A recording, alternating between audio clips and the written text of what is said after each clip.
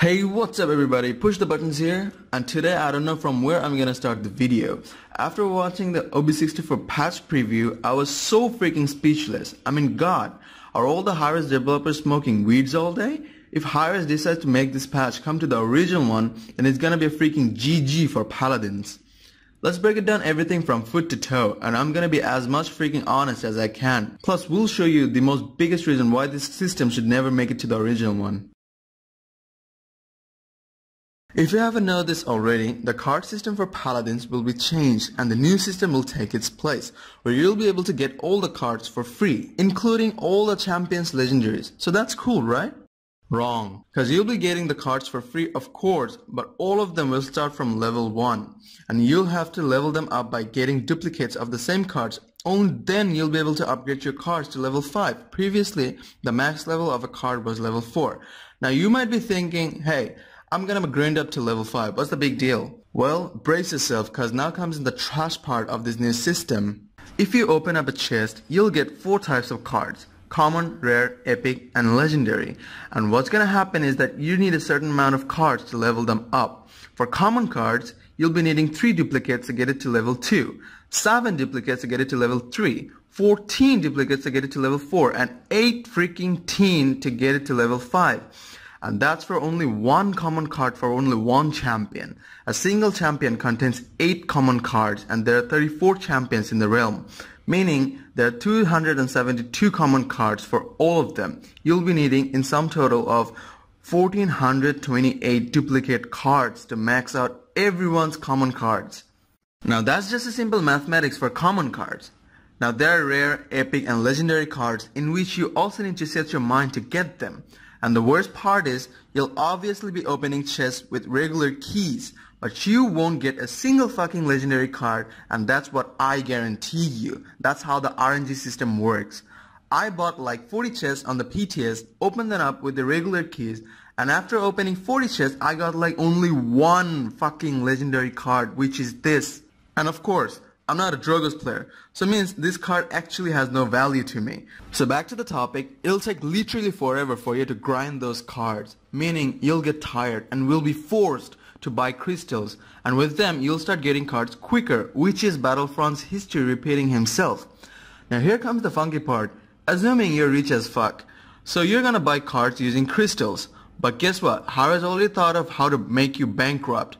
So you're gonna keep on using crystals to get those legendary cards. And I tell you, I was doing the same shit, and for a second I felt like I was stuck in an infinity loop, cause I was keep on opening chests, and like Drogos I was keep on getting cards for champions that I don't use. So to get my own favorite champion selective legendary cards, I spent over like $900 worth of crystals to get a single freaking legendary card for one of my favorite champion. Now that's for one champion for one class. There are 34 champions out there containing 136 legendaries. Now $900 means 72,000 taka. In our country we call our currency taka.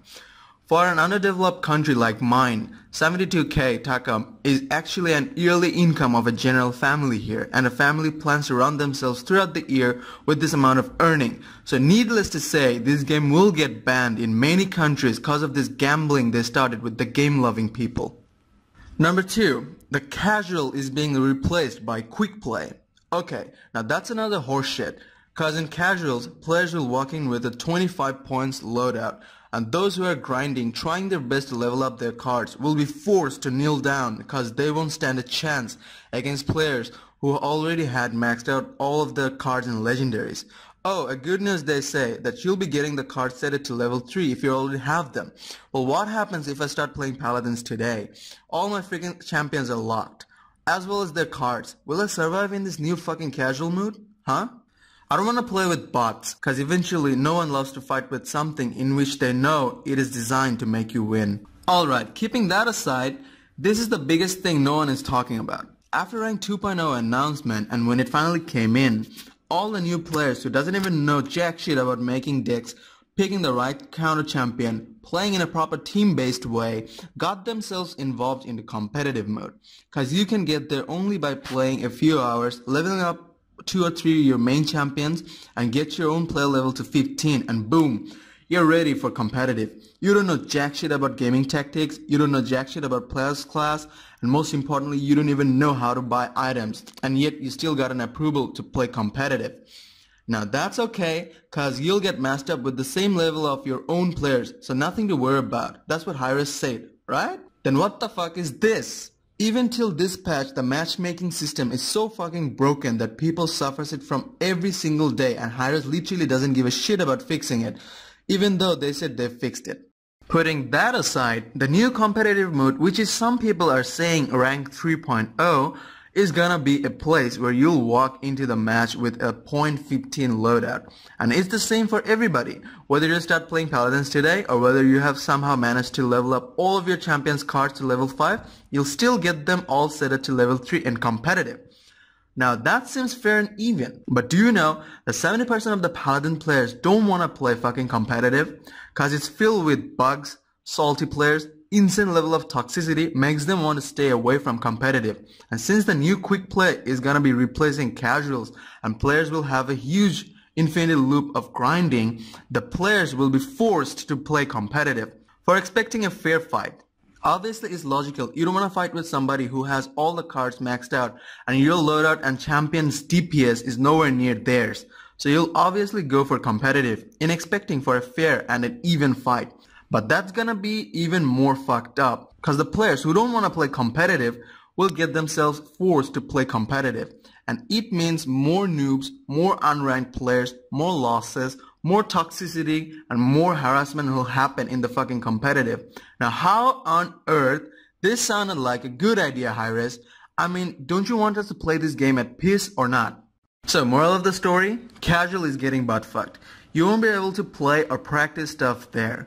So people will be forced to play competitive. Eventually, pro players will get butt fucked in competitive because of the buggy matchmaking system and the competitive servers getting filled with newbies, and eventually both of the game mode, rank and so-called quick play will be completely destroyed.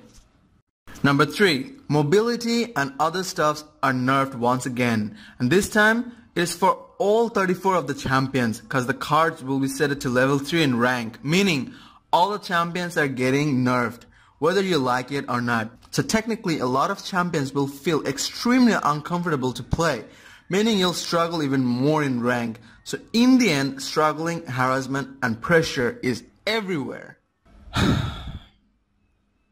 Hi-Rez, we had Overwatch. We had a lot of other games that we could switch to and build our own community there. But you know why we didn't? Because we appreciated and loved what Paladins gave us. This game is unique and different in so many ways that gamers spend hours and hours of playing, even though the games had a ton of glitches and bugs.